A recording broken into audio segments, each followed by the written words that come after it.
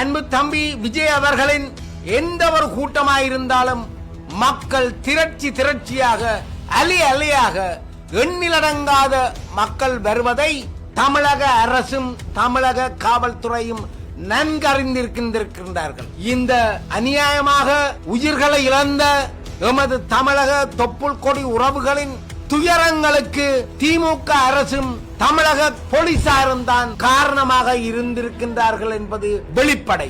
காணாமலாக்கப்பட்ட உறவுகளுக்கு ஏற்பட்ட துயரங்களை துணிவாக அடுத்த வருடம் முதலமைச்சராக ஐக்கிய நாடு சபைகளுக்கு சென்று ஜெனீவாவுக்கு சென்று எமது பிரச்சனைகளை ஈழதேசத்து பிரச்சனையை காத்திரமாக கதைக்கக்கூடிய தமிழர் தேசத்து மருமகனாக ஈழதேசம் என உலக தமிழர்கள் அனைவரும் அன்பு தம்பி விஜய் அவர்களை பார்க்கின்றார்கள்.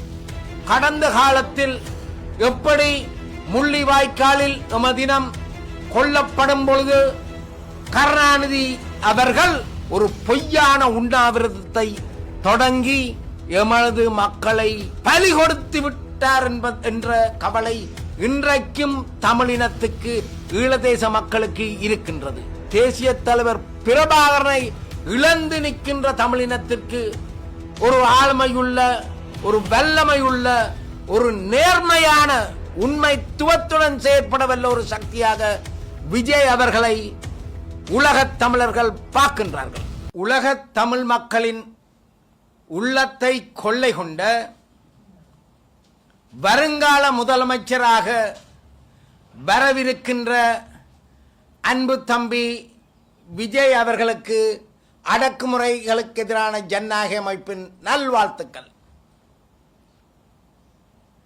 எமது தமிழர் தேசத்தில் ஈழதேச மக்களின் துயரங்களை, துன்பங்களை, கவலைகளை போக்கவல்லதொரு சக்தியாக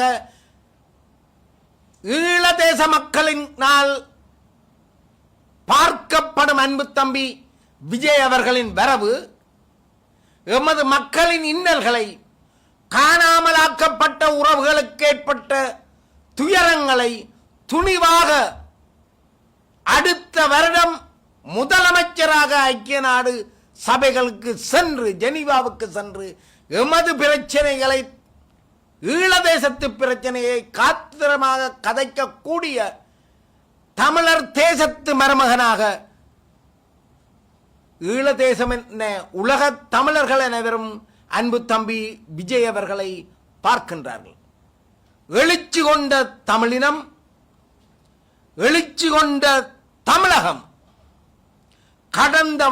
கடந்த கால அரசியல்வாதிகள் அனைவரையும் புறந்தள்ளி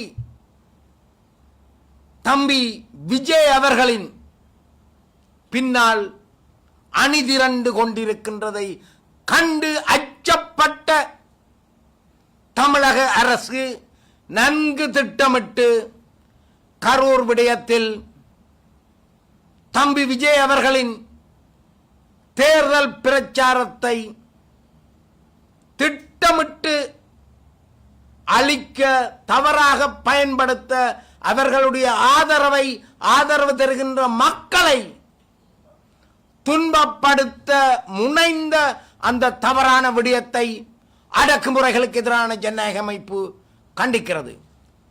எமது தொப்புள் கொடி உறவுகள் 36 பேர் இன்றைக்கு உயிரிழந்திருக்கின்றார்கள். 40 பேருக்கு மேற்பட்டவர்கள் காயப்பட்டிருக்கின்றார்கள். இந்த வருத்தத்துக்குரிய, தாங்குணாத ஈழதேச தமிழர்களின் கவலைகளை அடக்குமுறைகளுக்கு எதிரான ஜனநாயக அமைப்பு பகிர்ந்து கொள்கின்றது.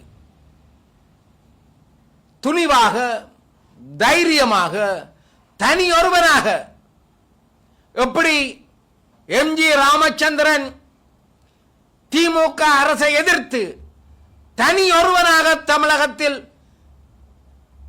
துணிவாக தனித்து நின்று வென்று தமிழ் மக்கள் கோவில் கட்டி கும்பிடும் அளவுக்கு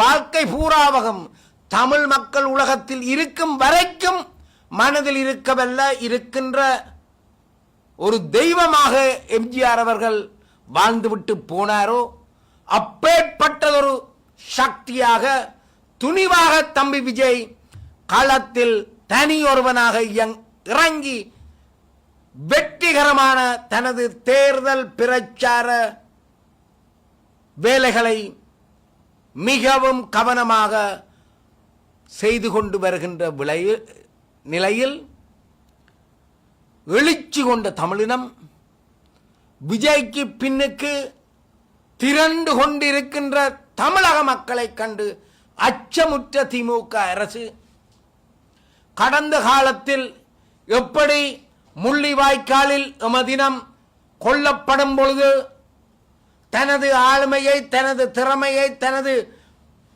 அதிகாரத்தை, தனது வல்லமையை மத்திய அரசில் செலுத்தக்கூடிய ஆதிக்கத்தை கையில் கொண்டிருந்த கருணாநிதி அவர்கள் ஒரு பொய்யான உண்ணாவிரதத்தை தொடங்கி எமது மக்களை பலி கொடுத்து விட்டார் என்ற கவலை இன்றைக்கும் தமிழினத்துக்கு, ஈழதேச மக்களுக்கு இருக்கின்றது.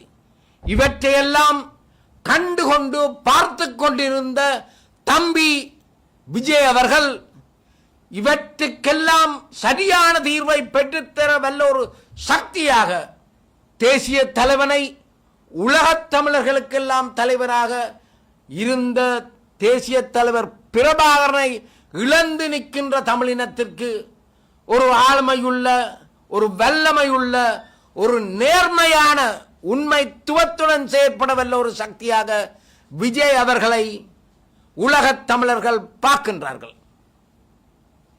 அப்பேற்பட்டதொரு ஆழ்மையை, நேர்மையை வருங்காலத்தில் கேவலமான அரசியல் சக்திகளை புறந்தள்ளி நேர்மையான ஒரு நண்பனை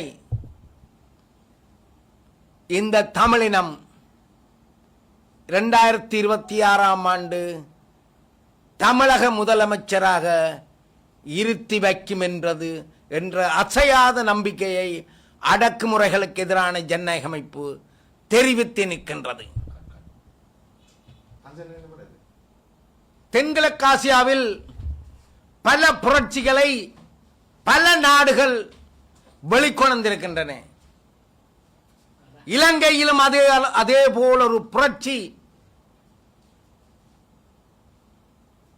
கிறிஸ்தவ மக்கள் மீது மேற்கொண்ட திட்டமிட்ட தாக்குதலின் பின்னால் ஜனாதிபதியாக வந்தவர் மக்களால் விரட்டி அடிக்கப்பட்ட சம்பவம் நடந்தேறியிருக்கின்றது. அன்பு தம்பி விஜய் அவர்களின் எந்த ஒரு கூட்டமாயிருந்தாலும் மக்கள் திரட்சியாக அலையாக எண்ணிலடங்காத மக்கள் வருவதை தமிழக அரசும் தமிழக காவல்துறையும் நன்கறிந்திருக்கின்றார்கள். அப்பேற்பட்ட ஒரு சூழ்நிலையில் விஜய் தமிழ் தாவேகா அரசு தனக்கு தேவையான தனது மக்களின் வருகை எவ்வளவு கட்டுக்கடங்காமல் போகும் என்பதை நன்கு அறிந்திருந்த நிலையில் அவர்கள் கேட்ட இடத்தை போலீசார் வழங்க தவறியிருக்கின்றார்கள். இந்த அநியாயமாக உயிர்களை இழந்த எமது தமிழக தொப்புள் கொடி உறவுகளின் துயரங்களுக்கு திமுக அரசும் தமிழக போலீசாரும் தான் காரணமாக இருந்திருக்கின்றார்கள் என்பது வெளிப்படை. ஏற்கனவே விஜய் அவர்களின் கட்சி நிர்வாகிகள் தங்களுடைய மக்கள், தங்களுக்கு வருகின்ற அலைகள், தங்களுக்கு திரளுகின்ற எழுச்சி கொள்ளுகின்ற மக்களின் தொகையை கணக்கில் எடுத்து சரியான இடத்தை விண்ணப்பித்திருக்கின்றார்கள். சும்மா ஏடப்பாடி சின்ன அரசியல் கட்சிகளாக போய்விட்ட கடந்த கால தமிழக முதல்வராயிருக்கட்டும், அரசியல் கட்சிகளாயிருக்கட்டும், அவர்களுக்கு சேருகின்ற கூட்டத்தை இந்த தமிழக போலீசார் நன்கறிவார்கள். அப்பேற்பட்டவர்களுக்கு நீங்கள் வீதியோரத்தில் கொடுங்கள், அல்ல ஒரு சிறிய இடத்தை கொடுங்கள். இது எழுச்சி கொண்ட மக்கள் அணிதிரள்கின்ற தம்பி விஜயன் அரசியல் கட்சி.